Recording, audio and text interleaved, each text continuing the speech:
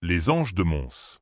Dans le chaos de la retraite, alors que le tonnerre de l'artillerie déchirait le ciel doux et que l'odeur de cordite emplissait l'air, les soldats épuisés du corps expéditionnaire britannique titubaient à travers la campagne belge. Nous étions en août 1914 et la Grande Guerre n'avait pas encore 3 semaines. Ce qui se passa ensuite allait devenir l'un des épisodes les plus débattus de l'histoire militaire.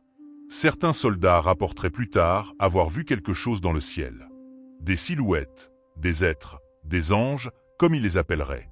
Des formes lumineuses se dressant entre les forces britanniques et une destruction certaine. Les anges de Mons furent-ils un miracle? Une hallucination collective née de l'épuisement et de la terreur? Une propagande destinée à remonter le moral de la nation? Ou bien quelque chose d'encore différent? Voici l'histoire d'un événement à l'intersection de l'histoire, de la psychologie, de la foi et du folklore, où la frontière entre faits et légendes devient presque impossible à tracer. Le 28 juin 1914, à Sarajevo, l'archiduc François-Ferdinand d'Autriche est assassiné. En quelques semaines, le jeu des alliances européennes entraîne nation après nation dans le conflit. L'Autriche-Hongrie déclare la guerre à la Serbie. La Russie mobilise. L'Allemagne déclare la guerre à la Russie puis à la France. Et lorsque les troupes allemandes violent la neutralité belge, le Royaume-Uni entre en guerre le 4 août. L'opinion publique britannique réagit par un mélange d'enthousiasme patriotique et d'optimisme naïf. Beaucoup croient que la guerre sera finie pour Noël. Les bureaux de recrutement se remplissent de volontaires désireux de servir le roi et le pays. Le corps expéditionnaire britannique, une armée relativement petite mais hautement professionnelle, est envoyé en France et en Belgique. Le plan de guerre allemand, le plan Schlieffen, vise une percée rapide à travers la Belgique afin de vaincre la France avant de se retourner vers l'Est contre la Russie. La vitesse est tout. La première armée allemande avance avec une force écrasante. Sur sa route se dresse l'armée belge, qui lutte désespérément pour ralentir l'invasion, et le corps expéditionnaire britannique d'environ 70 000 hommes. À la fin du mois d'août, le CEB a pris des positions défensives près de la ville industrielle de Mons, traversée de canaux et de ponts étroits. C'est là qu'il affrontera sa première grande bataille de la guerre. Alors que l'Europe se mobilise, peu comprennent l'ampleur de ce qui arrive. Les chemins de fer transportent des millions d'hommes vers le front. Les foules acclament les soldats qui partent au combat, sans se rendre compte que le monde qu'elles connaissent est en train de disparaître. Les diplomates cherchent un dernier compromis, mais la machine de guerre est déjà en marche. Le CEB, bien que modeste en nombre, est l'une des armées les plus disciplinées d'Europe. Beaucoup de ces soldats sont des professionnels de longue date, vétérans de campagnes menées à travers l'Empire. Leur entraînement et leur cadence de tir rapide au fusil vont bientôt sidérer les Allemands en marche. Mais ils entrent dans un nouveau type de guerre. L'artillerie moderne, les mitrailleuses et les armées de masse créent un champ de bataille plus meurtrier que tout ce qu'ils ont connu. Les villes belges tombent rapidement à mesure que les forces allemandes poussent vers l'ouest. Les villages incendiés, les défenses qui s'effondrent, le flot de réfugiés fuyant devant l'avance allemande répandent la peur sur tout le continent. Face à cette marée, le CEB marche vers Mons. Les civils regardent en silence les colonnes kaki traverser leurs rues. Certains offrent de l'eau, d'autres se contentent de fixer ces soldats, incertains qu'ils puissent arrêter la tempête qui approche. Deux armées convergent désormais l'une vers l'autre, l'une immense et écrasante, l'autre petite mais déterminée à gagner du temps pour ses alliés. En quelques heures, les champs et les canaux autour de Mons vont s'embraser dans l'un des premiers grands affrontements de la Première Guerre mondiale. Et dans les jours qui suivent, alors que les Britanniques entament une retraite désespérée, des récits vont émerger, des récits de survie, de terreur et de visions défiant toute explication. Le 23 août 1914, la bataille de Mons commence. Le I-Corps britannique, commandé par le général Horace Smith d'Orient, tient un saillant le long du canal de Mons. Les hommes du CEB sont des soldats professionnels, pour beaucoup forts de longues années d'expérience, entraînés à tirer 15 coups précis par minute avec leurs fusils Lienfield. Vers 9 h du matin, l'artillerie allemande ouvre le feu. Puis vient l'infanterie, des vagues de soldats allemands en uniforme gris-vert, avançant en formation dense à découvert vers les positions britanniques. Les Britanniques répondent par un feu de fusils dévastateur. Des officiers allemands rapporteront plus tard qu'ils croyaient faire face à des mitrailleuses, tant le tir britannique était rapide et précis. Les Allemands subissent des pertes horribles. Des corps s'amoncellent devant les tranchées britanniques et le long des berges du canal. Mais les chiffres jouent contre les Britanniques. La première armée allemande compte environ 160 000 hommes, face aux 70 000 Britanniques. Très vite, les commandants britanniques apprennent que la 5e armée française, sur leur flanc droit, est en retraite, laissant leur position dangereusement exposée. Le maréchal Sir John French, commandant du CEB, prend une décision difficile mais nécessaire. Les Britanniques devront se replier. À la nuit tombée, le 23 août, l'ordre est donné. Le CEB effectuera un repli combattant vers le sud, s'éloignant de Mons, en tentant de maintenir la cohésion sous la pression constante des forces allemandes qui le poursuivent. Ce qui suit deviendra connu sous le nom de Grande Retraite ou Retraite de Mons. Elle durera 13 jours et couvrira près de 200 miles. La retraite de Mons pousse le corps expéditionnaire britannique à ses limites absolues. Les hommes marchent sous la chaleur étouffante de la fin de l'été, parcourant souvent 30 km ou plus par jour, chargés de sacs de près de 30 kg. Ils manquent de nourriture, manquent d'eau, et sont sans cesse harcelés par la cavalerie et l'artillerie allemande. Le sommeil devient un luxe mesuré en minutes. Des hommes s'endorment en marchant, soutenus par leurs camarades. Certains s'effondrent d'épuisement et doivent être hissés sur des chariots. La poursuite allemande est implacable. Des actions d'arrière-garde sont livrées à Le Cateau, à Néry et dans des dizaines d'engagements plus modestes. La pression psychologique est immense. Ce sont des hommes qui se sont entraînés pendant des années, des professionnels fiers, qui se retrouvent maintenant en retraite précipitée, incertains de survivre au lendemain, voire à l'heure suivante. Beaucoup ont vu mourir leurs amis au combat. Tous ont été témoins de la puissance meurtrière industrielle de la guerre moderne. Dans les mots d'un simple soldat, plus tard consigné dans les histoires régimentaires, la retraite n'est plus qu'un flou de boue, de sang et d'une fatigue jusqu'à la moelle, qui pousse les hommes au bord de ce qu'un être humain peut endurer. C'est au cours de cette retraite, plus précisément dans les jours qui suivent immédiatement la bataille de Mons, que certains soldats britanniques déclareront plus tard avoir été témoins de quelque chose d'extraordinaire. Les premiers récits documentés d'expériences étranges pendant la retraite sont dispersés et fragmentaires. Ils apparaissent dans des lettres envoyées au pays et dans des témoignages ultérieurs. Ils parlent de sentiments inexplicables de protection, d'ombre ou de lumière dans le ciel, de chevaux refusant d'avancer vers les positions britanniques. Certains soldats disent avoir vu des silhouettes entre eux et les Allemands en approche. Les descriptions varient.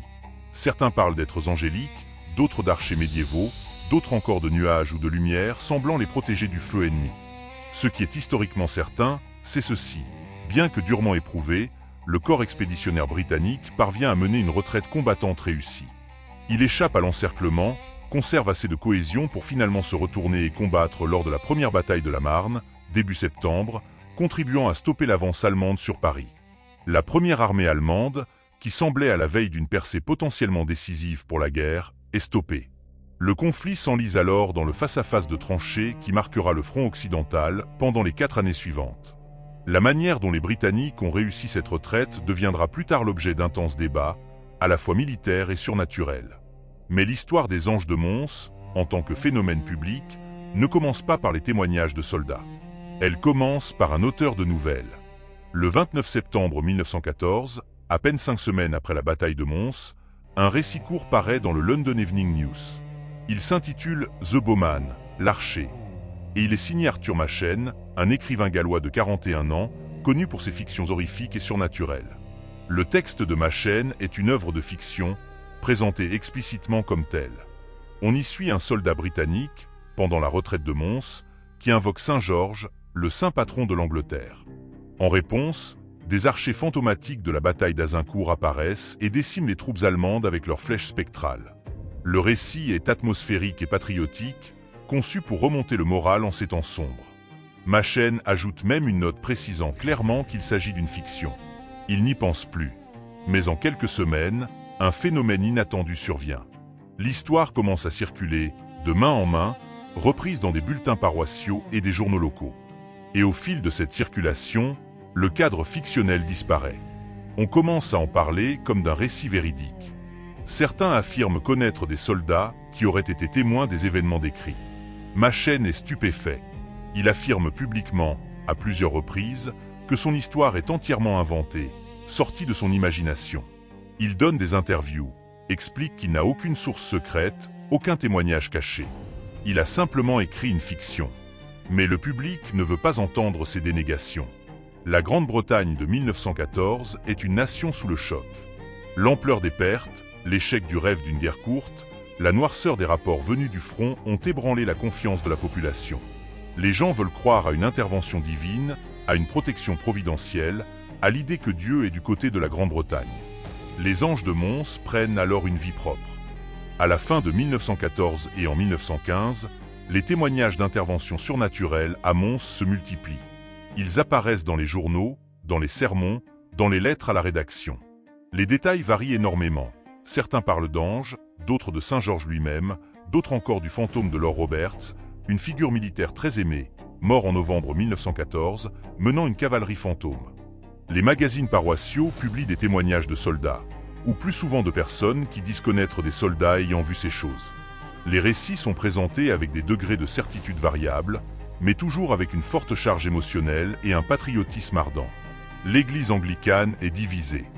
Certains clercs accueillent ces récits comme des preuves de la faveur divine, prêchant des sermons sur les anges de Mons pour encourager la foi et la persévérance. D'autres se montrent plus sceptiques, mettant en garde contre la crédulité et la superstition. En mai 1915, une revue catholique, l'Occulte Review, publie un article du journaliste Harold Begbie contenant de prétendus témoignages oculaires. L'un décrit des êtres lumineux se dressant entre les lignes britanniques et allemandes. Un autre évoque une cavalerie fantôme.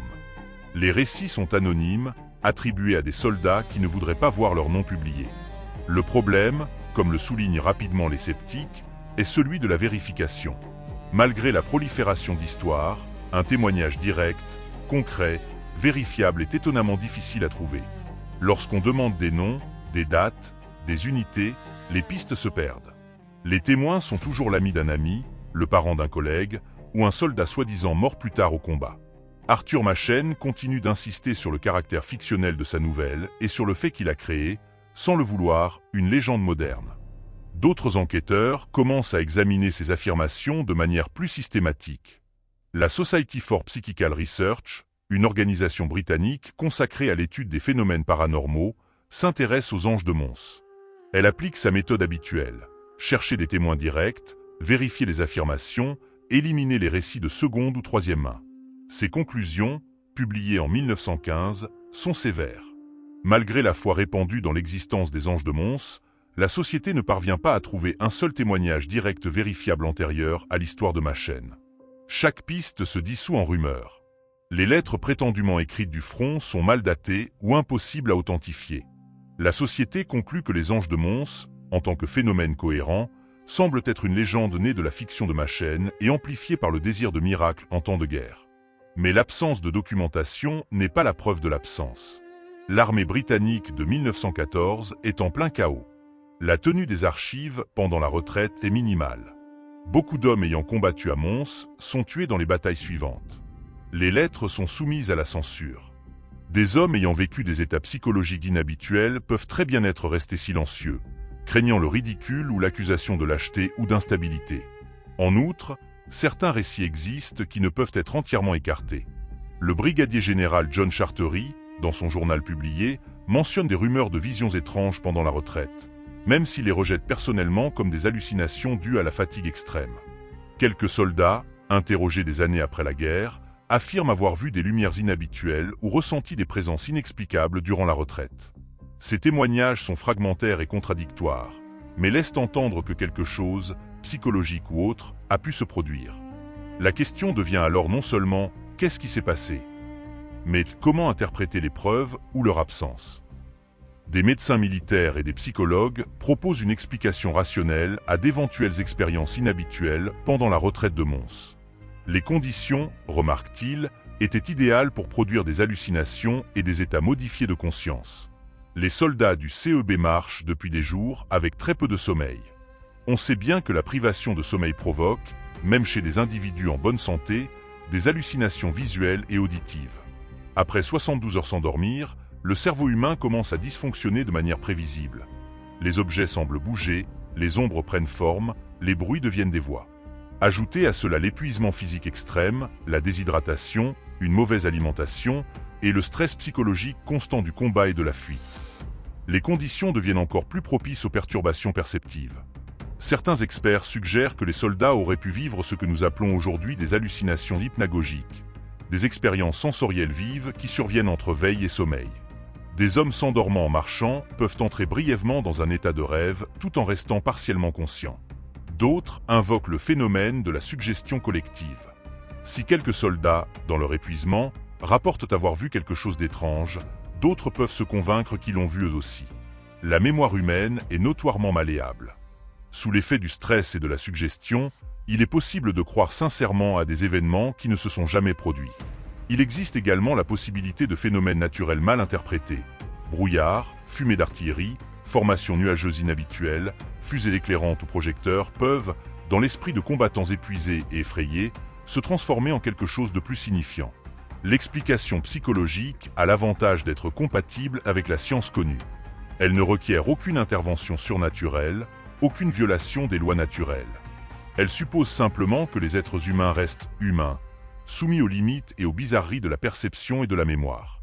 Mais cette explication ne satisfait pas tout le monde. Pour ceux qui croient aux anges de Mons, ces théories restent insuffisantes. Ils soutiennent qu'on utilise la psychologie, certes plausible, pour balayer des expériences qui méritent d'être prises au sérieux. Les croyants rappellent que les soldats, même épuisés, sont des observateurs entraînés. On leur apprend à distinguer le réel de l'illusion, la menace véritable des ombres. Balayer leurs récits comme de simples hallucinations leur paraît condescendant et réducteur. De plus, font-ils remarquer, le thème récurrent de la protection et du salut semble indiquer quelque chose de plus qu'une hallucination aléatoire. Si les visions étaient purement psychologiques, pourquoi impliqueraient-elles si souvent des figures protectrices?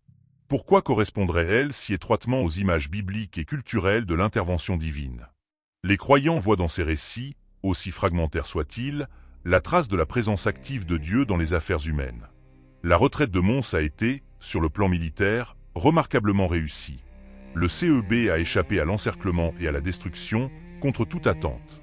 Peut-être, suggère-t-il, cela ne s'explique-t-il pas seulement par la compétence militaire, mais par une aide providentielle. Certains théologiens comparent ces récits aux interventions angéliques de la Bible. Le livre des rois raconte comment le serviteur du prophète Élisée, lorsque ses yeux s'ouvrent, voit des chars et des chevaux de feu entourant la ville assiégée. Le deuxième livre des Maccabées décrit des cavaliers angéliques apparaissant pour défendre Jérusalem. Pourquoi, demandent les croyants, de telles interventions devraient-elles appartenir uniquement au passé lointain? Le débat prend une charge émotionnelle supplémentaire à mesure que la guerre s'éternise et que les pertes s'accumulent. Dès 1916, les Britanniques subissent des dizaines de milliers de victimes en une seule bataille. L'offensive de la Somme causera plus de 400 000 pertes britanniques. Dans un tel contexte, l'idée que Dieu ait protégé le CEB à Mons offre réconfort et espoir. Mais soulève aussi de douloureuses questions théologiques. Si des anges ont protégé les soldats britanniques à Mons, où étaient-ils à la Somme? À Passe-Chandaël? À Gallipoli? Le caractère sélectif du supposé miracle devient, pour certains, un argument contre sa réalité. Une interprétation plus cynique apparaît alors que la guerre se prolonge. Certains observateurs suggèrent que l'histoire des anges de Mons, qu'elle repose ou non sur des expériences réelles, a été amplifiée et encouragée par les autorités britanniques comme outil de propagande. La logique est séduisante.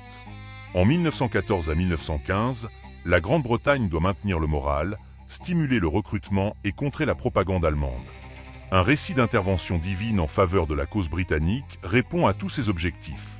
Il présente le pays comme juste et favorisé par Dieu. Il transforme une retraite chaotique en preuve de protection providentielle.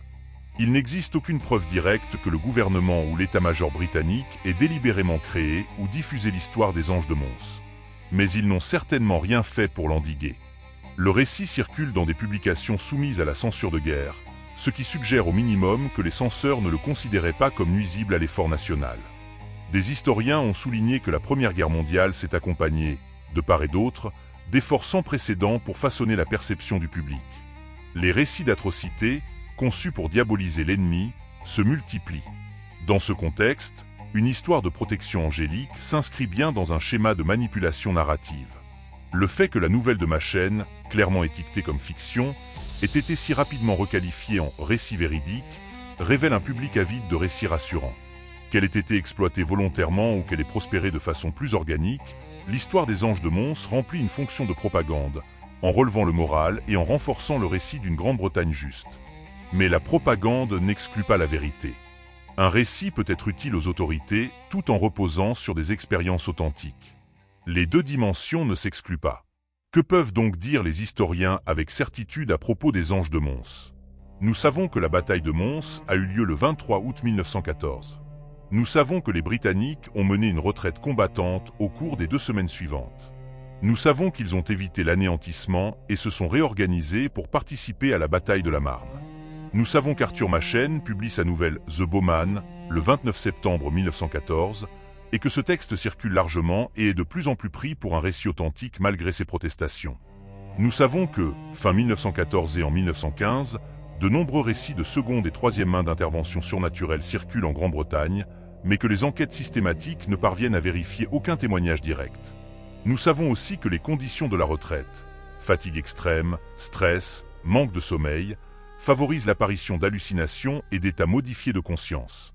Ce que nous ne savons pas, et ne saurons probablement jamais avec certitude, c'est si des soldats ont réellement vécu des phénomènes perceptifs extraordinaires pendant la retraite.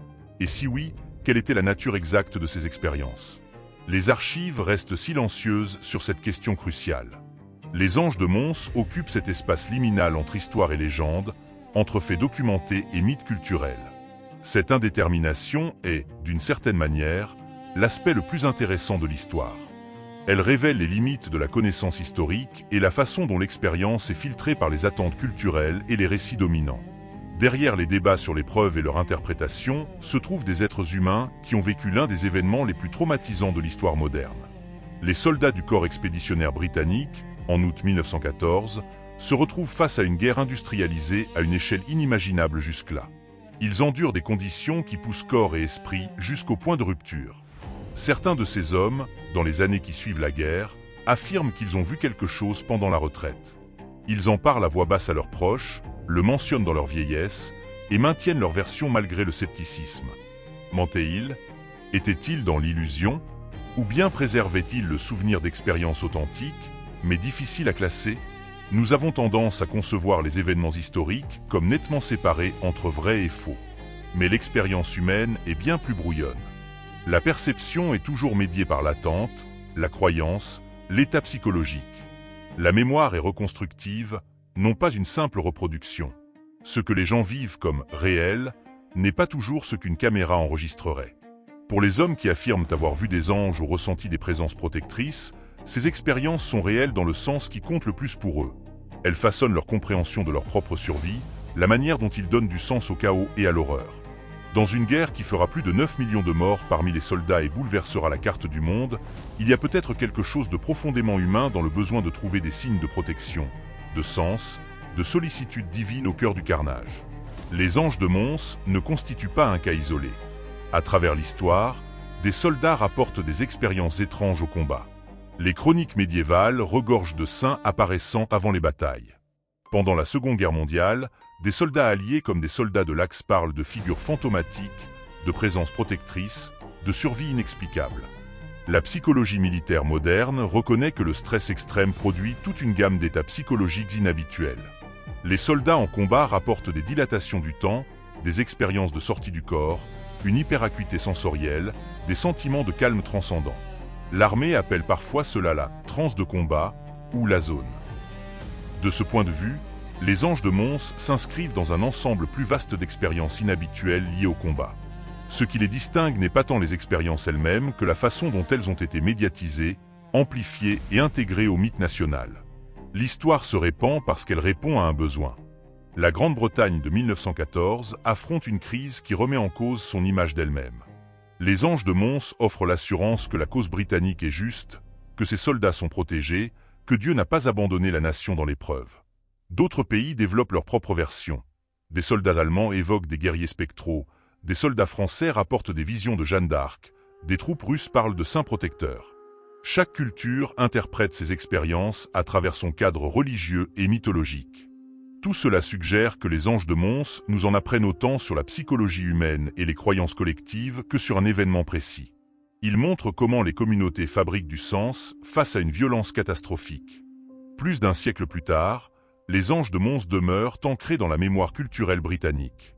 L'expression est devenue synonyme de délivrance miraculeuse, d'intervention divine dans les moments désespérés. L'histoire est régulièrement reprise dans des livres, des films, des documentaires. On la retrouve dans les études de folklore, dans les débats théologiques sur les miracles et dans les histoires militaires de la Première Guerre mondiale. Chaque nouvelle version met en avant des aspects différents, reflétant les préoccupations et les croyances de son époque. Pour certains, elle reste une preuve de la réalité de l'intervention divine, une démonstration que Dieu agit dans l'histoire. Pour d'autres, c'est un avertissement sur la puissance de la rumeur et la création de mythes modernes. Pour d'autres encore, un fascinant cas d'étude sur la psychologie du stress extrême et la malléabilité de la mémoire. Ce qui ne peut être contesté, c'est la force durable de ce récit. Il touche à des questions humaines fondamentales. La nature du réel, l'existence du surnaturel, la possibilité d'une protection face à un danger écrasant. La Première Guerre mondiale finira par tuer plus de 900 000 soldats britanniques. Des millions d'autres, partout dans le monde, seront blessés, physiquement ou psychiquement.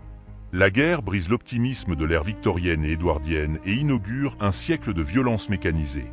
Dans ce contexte, les Anges de Mons offrent un bref moment d'espoir lumineux. Que cet espoir soit fondé sur une réalité objective ou qu'il naisse des profondeurs du besoin humain, chacun doit en juger.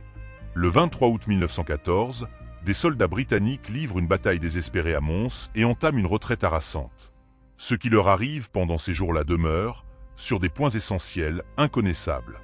Les archives nous donnent des dates, des mouvements de troupes, des chiffres de pertes. Elles ne peuvent nous dire ce qui se trouvait dans le cœur et l'esprit de ces hommes. Ce qu'ils ont vu dans leur épuisement, ce qui leur a donné la force de continuer à marcher. Les Anges de Mons nous rappellent que l'histoire n'est pas seulement une collection de faits vérifiables, mais aussi un registre de l'expérience humaine, avec toute son ambiguïté, sa subjectivité et son mystère. Des anges sont-ils apparus sur le champ de bataille de Mons? L'historien doit répondre. Nous ne savons pas, et nous ne le saurons sans doute jamais. Les preuves sont insuffisantes pour trancher dans un sens ou dans l'autre. Mais peut-être la question la plus intéressante n'est-elle pas de savoir ce qui s'est objectivement produit, mais ce que cette histoire révèle de l'être humain confronté à l'extrême. Elle montre notre besoin de sens, notre soif de protection, notre capacité à la fois à l'illusion et à la transcendance. Les soldats qui ont combattu à Mons et survécu à la retraite appartenaient à une génération qui allait connaître des horreurs inimaginables. Ils passeraient des années dans les tranchées, à voir des amis mourir, à vivre avec la boue, les rats et les gaz toxiques. Beaucoup ne se remettront jamais pleinement de ce qu'ils ont enduré. Si certains de ces hommes ont trouvé du réconfort dans la croyance qu'ils avaient été protégés par des anges, si cette croyance les a aidés à tenir, qui sommes-nous pour affirmer que leur expérience était simplement fausse? L'expérience n'est pas toujours réductible aux faits objectifs. Le sens se construit autant qu'il se découvre. Les Anges de Mons perdurent parce qu'ils touchent quelque chose de fondamental dans l'âme humaine. Le désir de croire que nous ne sommes pas seuls dans nos heures les plus sombres. L'espoir qu'il existe un sens à notre souffrance. La possibilité que l'univers ne soit pas indifférent au destin humain. 111 ans après la bataille de Mons, il nous reste plus de questions que de réponses. Les anges, s'ils ont existé, n'ont laissé aucune trace matérielle. Ils n'apparaissent sur aucune photographie, dans aucun rapport officiel, dans aucun témoignage incontestable. Ils vivent dans le royaume du récit, de la croyance, de la légende. Et peut-être est-ce là qu'ils ont toujours eu leur place.